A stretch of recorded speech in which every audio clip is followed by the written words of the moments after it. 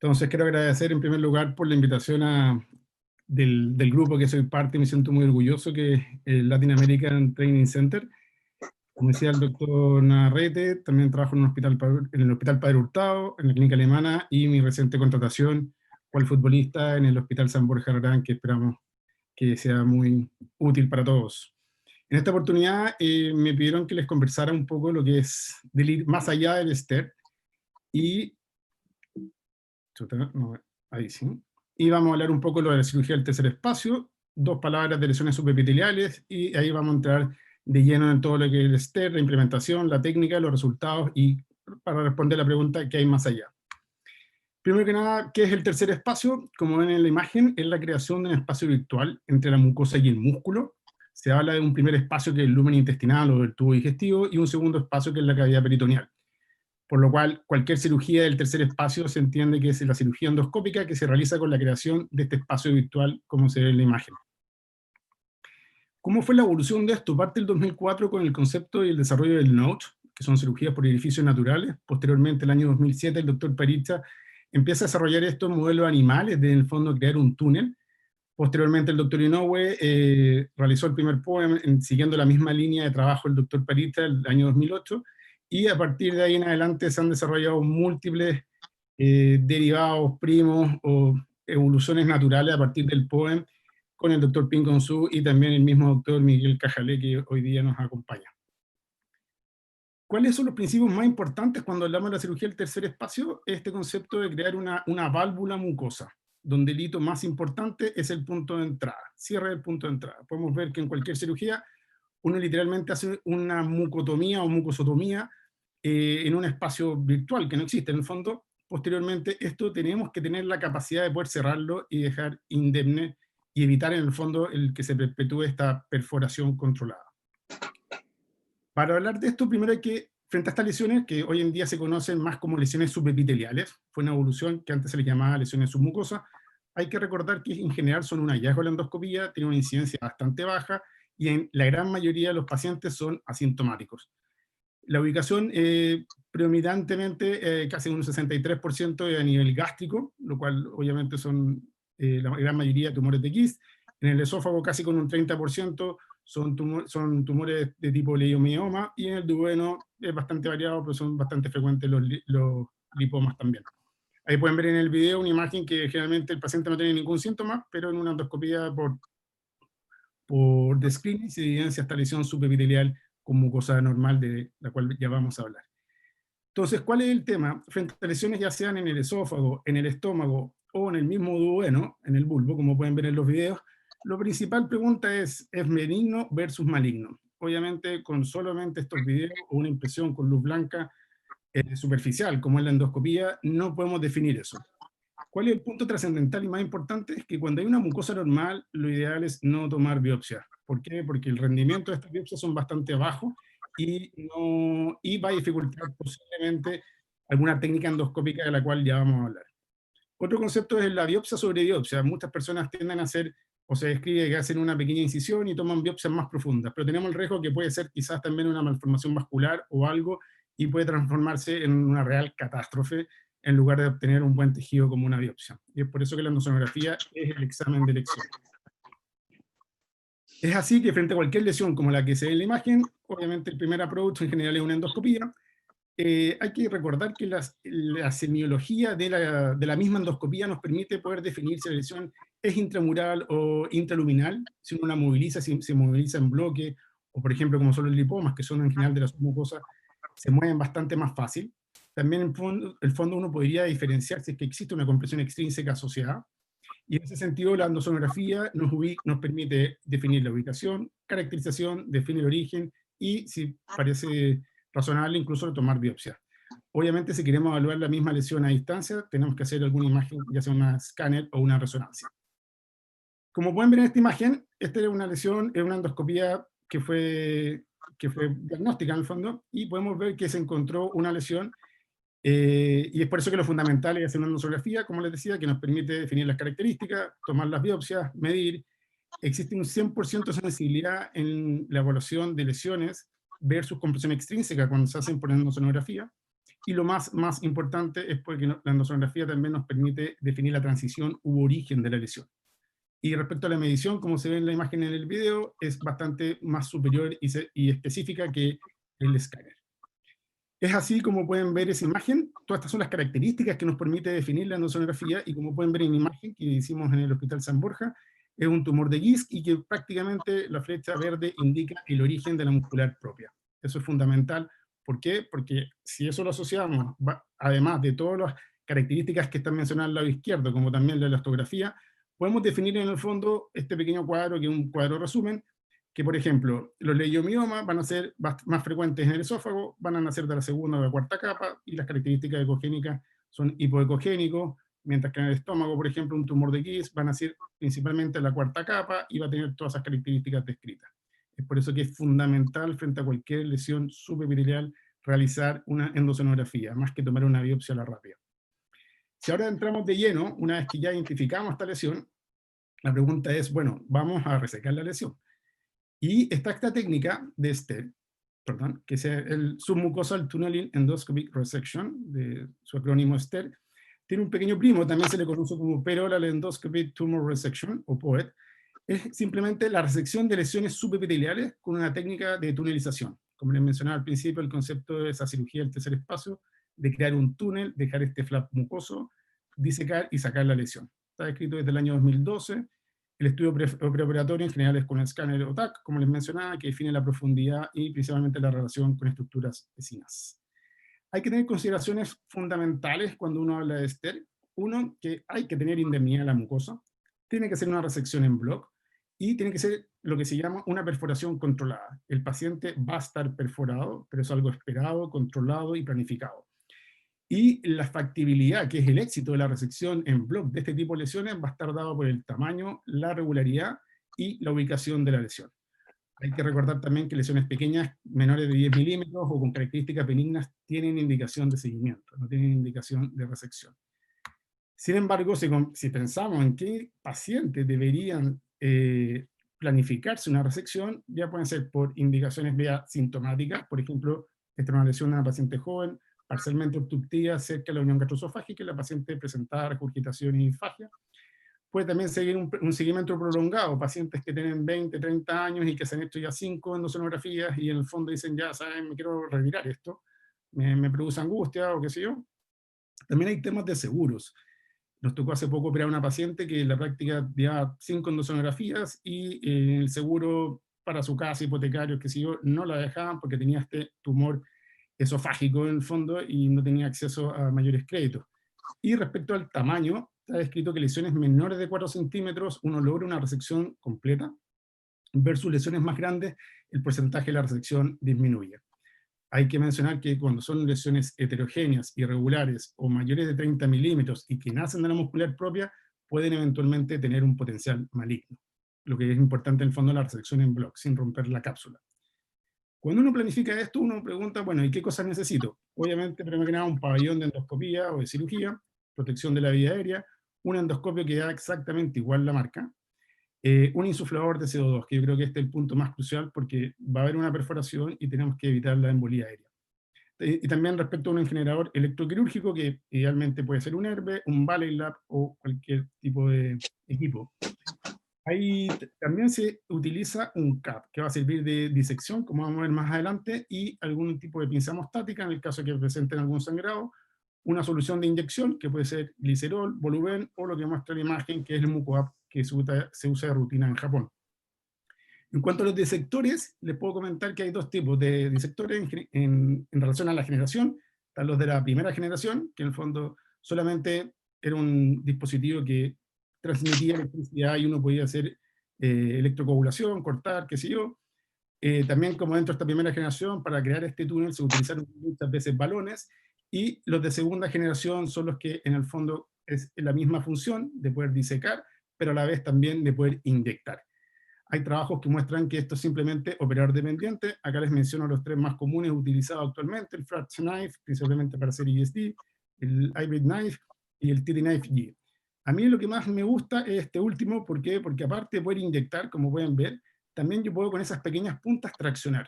Entonces, tratando siempre de quemar o traccionar hacia el lumen de este túnel creado, por evitar perforaciones en la pleura o lesiones inadvertidas de la propia mucosa. Por otro lado, como les mencionaba, lo más importante es esta pequeña incisión que yo voy a realizar, tener la capacidad de cerrarla. Y tengo que cerrarla, ya sea con clips de cualquier marca, como pueden ver en la imagen, puede ser también con un Ovesco, obviamente un poquito más caro, puede ser eventualmente también con una técnica de loop y clips, o eventualmente con un overstitch que claramente es bastante bueno, pero necesita espacio y tiene un costo no menor. También hay trabajos que muestran que va a depender la utilización de la experiencia de cada centro y también es operador dependiente.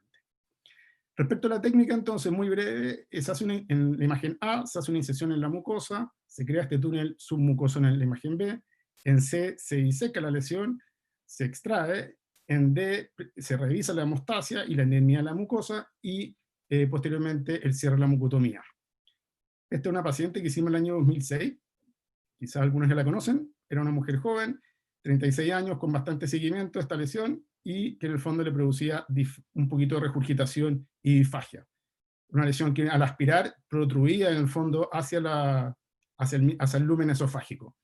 Ahí estamos creando el túnel submucoso, a la derecha el lumen esofágico, ahí está la lesión, estamos trabajando el espacio en el fondo entre la lesión y la mucosa.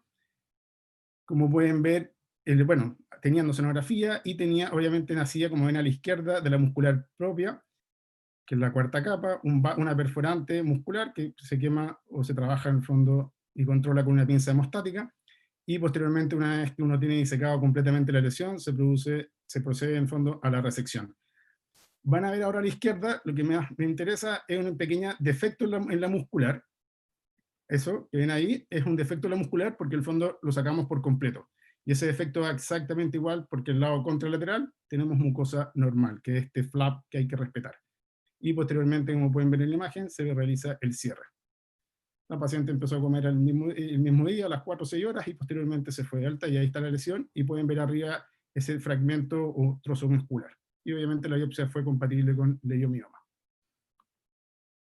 Estos son otros ejemplos, por ejemplo, en una paciente joven, 46 años, no es mi caso, sino no es nuestro caso, pero una paciente joven que presentaba dolor torácico, tenía esa imagen en el esófago medio, se hizo una pequeña pancreatografía, por así decirlo, porque se sospechaba un páncreas ectópico, y eventualmente se planificó con una técnica de Ster la resección. Este es otro paciente, la misma idea, un quiste broncogénico, como pueden ver, y que posteriormente se sacó completamente con una técnica de Ster. Respecto a los resultados, la gran mayoría de los pacientes son del esófago, son de uniones del esófago o del estómago, y lo más importante es que la resección en bloque se logra por sobre el 90-95%. Este es un trabajo que salió hace poco, que es un trabajo de revisión, y que el fondo incluye 16 estudios, 703 pacientes, 736 lesiones. Como les mencionaba, la más frecuente esófago, unión gastroesofágica y estómago. La resección completa fue un 100% y en un bloque un poquito menos. El tamaño tumoral es bastante variable, aproximadamente 2 horas de promedio. Los eventos adversos fueron bastante variados, pero se consideran en enfisema subcutáneo, neumomediastino, neumoperitoneo, que es parte del procedimiento en la práctica. Quizás el neumotórax sí es una complicación, la otra yo considero que no. La estadía hospitalaria es bastante variable, pero los pacientes ya a los 3 días se iban para su casa comiendo, y el seguimiento, que es importante, a 36 meses es prácticamente cero. Entonces la conclusión es que en pacientes seleccionados es segura, eficaz como una alternativa a lesiones menores de 3 centímetros que comprometen la muscular propia. ¿Cuáles son nuestros resultados? Tenemos una serie de 16 pacientes con una edad promedio de 48 años, un tamaño promedio de 27 milímetros y un tiempo operatorio de 95 minutos promedio. La gran mayoría son mujeres, y la ubicación, al igual que lo que está descrito, 63% de esófago, seguido por estómago y una o dos lesiones una lesión de duodeno, si no me recuerdo. El éxito de poder sacar de la técnica de realizar el Ster fue en un 88%, en 2 pacientes no se pudo porque uno se puso a sangrar y en otro se nos perdió la lesión, que era gástrica, no la logramos ubicar, a pesar de tenerla identificada, pero bueno. Y la resección en bloque fue de un 93%. La alta hospitalaria fue en promedio de 1,2 días, y los eventos adversos, como les contaba, fue una paciente que no logramos identificar la lesión una vez que estábamos dentro del túnel, y otro paciente que antes de encontrar la lesión presentó un sangrado profuso intraoperatorio, a pesar de tener pruebas de coagulación normales. así que no pudimos completar la resección.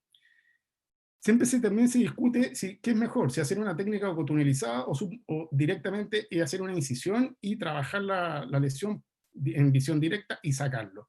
Y se ha visto que son igual de eficaces, pero las ventajas del STER versus la enucleación, por así decirlo, es que tiene menor tiempo operatorio, menor estadía hospitalaria y en teoría menor dolor postoperatorio. Como ven en el dibujo, por lo menos en estómago, se describe que el STER estaría más indicado en ciertas áreas versus la enucleación directa que estaría indicado en otras áreas, como pueden ver. Eso es del STER. Ahora la pregunta es, ¿qué hay más allá? ¿Qué es lo que sigue?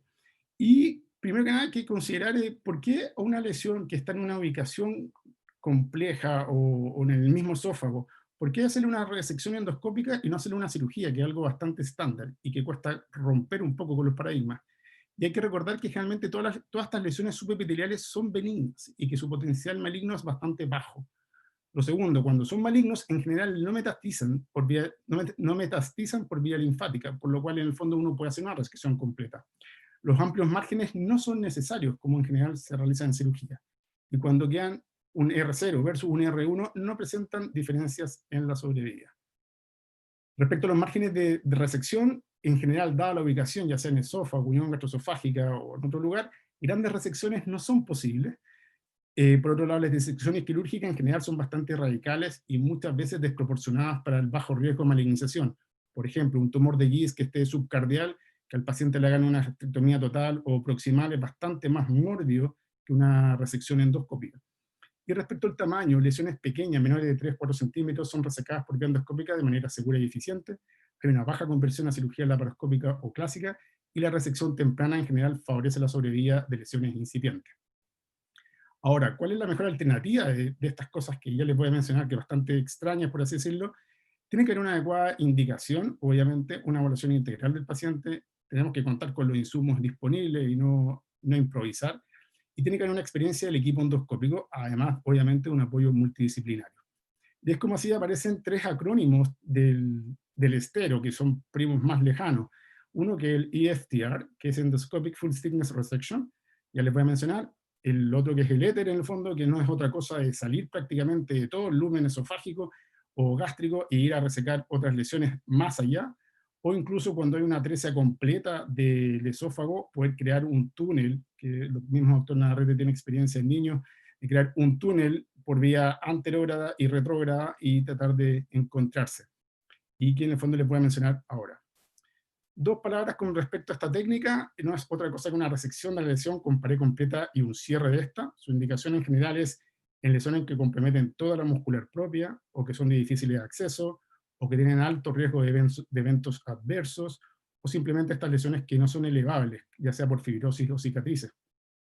También tumores neuroendocrinos o recurrencias post-MIR o ISD.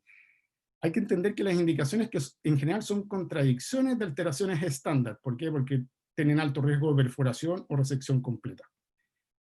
Se describen dos tipos, la clásica o pura, que es resección y cierre. En general es más seguro, lesiones es más eficaz, pero en lesiones menores de 3 centímetros. La técnica, que ya se las voy a mencionar, es una disección con tipo ISD de la lesión y posteriormente sacar toda la lesión por vía endoscópica y un cierre del defecto. Requiere habilidades avanzadas y está principalmente indicada en estómago por un tema de espacio. Y la que es la misma técnica pero asistida tiene que ver con que el cierre del defecto se hace previo a la sección. No hay una inyección submucosa, no se trabaja como una ISD, se evita un gran defecto que va a ser difícil de cerrar, tiene menor curva de aprendizaje y es para tamaños de lesiones bastante más pequeños. Esta es una lesión que planificamos en el fondo hacer un full thickness, pero clásico. Se puso en la cara anterior gástrica, como les mencionaba, se trabaja como una ISD alrededor de la lesión. Ahí estamos cortando los pequeños puentes en el fondo que vamos dejando para mantener tensa la lesión. Y el último puente prácticamente lo tomamos con una pinza cuerpo extraño o ratón para no perder la pieza en la cavidad abdominal. Ahí vamos a retirar la lesión. Ahí estamos dentro de la cavidad abdominal, estamos en el fondo, pasamos a través y estamos drenando el neumoperitoneo, que pueden ver cómo burbujea con esta pequeña trampa de agua, bajo visión directa, y posteriormente, de acuerdo a lo planificado, hicimos un cierre con Endoloop y Clips. El problema fue que veíamos una pared bastante bien, que era la izquierda que recién veían, pero prácticamente la pared derecha no la lográbamos visualizar adecuadamente. Por lo cual recurrimos a acceder a la cavidad peritoneal y simplemente poner los clips en retrovisión desde la cavidad abdominal. Ahí estamos poniendo en la pared que se visualizaba en el fondo. Estamos cerrando este defecto. Y posteriormente salimos y en retrovisión pueden ver el hígado y ahí en retrovisión se ve prácticamente la otra pared completa y completamos con los clips y endoloops y posteriormente se realiza el cierre cual tabaquera o bolsa de gimnasia como le llaman. Así queda. Y así queda posteriormente y obviamente la trampa de agua deja de dar. Esa era la clásica. Y la asistida es con este device, que es asistido, que en el fondo no es otra cosa, como me muestra la imagen A, que uno tracciona en el fondo la lesión, la mete completamente dentro de este cap, deja una ligadura y por sobre esta ligadura en el fondo, que después va a cortar, libera un ovesco, que termina siendo en E, como ven, que uno, en el concepto es que para lesiones más pequeñas, uno hace un cierre primero antes de la sección de la lesión, que es bastante seguro. Otra técnica que les mencionaba es este éter, que está escrita desde el año 2015. Las indicaciones son para lesiones subepiteliales con crecimiento extraluminal o lesiones extraluminales que están en contigüidad con el tubo digestivo. Se hace una cirugía clásica, obviamente implica alto riesgo de morbimortalidad versus utilizar esta técnica, pero requiere habilidades avanzadas y experiencia. Ahora, de todas maneras, es una técnica que está en vías de desarrollo. Este era un schwannoma de la unión gastroesofágica. Como pueden ver en la foto E, prácticamente están fuera del lumen esofágico y posteriormente se realiza la extracción y el cierre. Otro schwannoma de mediastínico, como pueden ver prácticamente en la foto del medio abajo está en exposición la pleura y ahí se saca la lesión completamente. Esta técnica del POETRE está escrita para obstrucciones completas del esófago, en general de origen péptico, actínico, post-radioterapia. El objetivo es lograr una restauración completa, creando un nuevo lumen en la práctica. Se hace un abordaje simultáneo antero y retrógrado, y cuál es la idea, preservar la musculatura. Preservar la musculatura intacta. Este video no es nuestro, se hace un abordaje mixto, por una gastrostomía por abajo en el fondo, vía gástrica y por el lumen esofágico normal, que es el que están viendo. Posteriormente, al igual que un POEM, se crea un túnel. Están trabajando en esta oportunidad con un hybrid knife. La idea es preservar todo el músculo intacto, como pueden ver en radioscopía, están llegando al encuentro, por así decirlo, este rendezvous endoscópico, y como pueden ver, ahí están disecando contra el tubo que viene por vía anterógrada. Y posteriormente, estamos de acuerdo en que esta es una cirugía bastante extrema y quizás es la alternativa para un ascenso de colon, en el fondo, que es una cirugía bastante compleja y mórbida.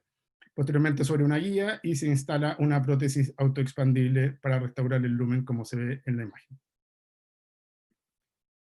Después el doctor Navarrete quizás nos puede contar su experiencia en niños, que yo la conozco y es bastante hermosa. Por último está la exploración del mediastino. Sabemos que en el esófago la anatomía es bastante regular, sabemos que podemos tener una vía anterior, como se hace en un Heller, anterolateral en un POEM, o la pared posterior, o incluso lateral izquierda. Y este es un pequeño video de un paciente que todo lo que ven a la derecha es pleura, a la izquierda es músculo, y tenemos disecado completamente todo el mediastino en el fondo. Uno puede ir a buscar lesiones o prácticamente revisar y tomar biopsias de ganglios de lo que necesite. Otras técnicas que están en vía de desarrollo, para ir terminando, es la miotomía endoscópica por vía rectal, descrita para la enfermedad de Hirschsprung, o la hipertonía del esfínter anal interno. Hay reportes de casos y técnicas que están en vías de desarrollo. Y como mensaje final, para los que les interesa o quieren desarrollarse en esta área, como recomendación hay que recordar que el entrenamiento tiene que ser sistemático, progresivo, siempre ojalá ir de menos a más, según la evolución natural de la complejidad, a partir desde lo más simple a lo más complejo. Hay que conocer y manejar las distintas técnicas de cierre, conocer y respetar los posibles eventos adversos. Hay que informar de la evolución esperable de cada técnica, y lo clave, en mi opinión, yo creo que es la planificación. Contar con un plan B siempre, y recordar que la lesión es subepitelial, como cosa normal, no hay que tomar biopsias, hay que pedir una endosonografía. Y al parecer, el más allá o la frontera están en peligro de extinción. Eso, muchas gracias.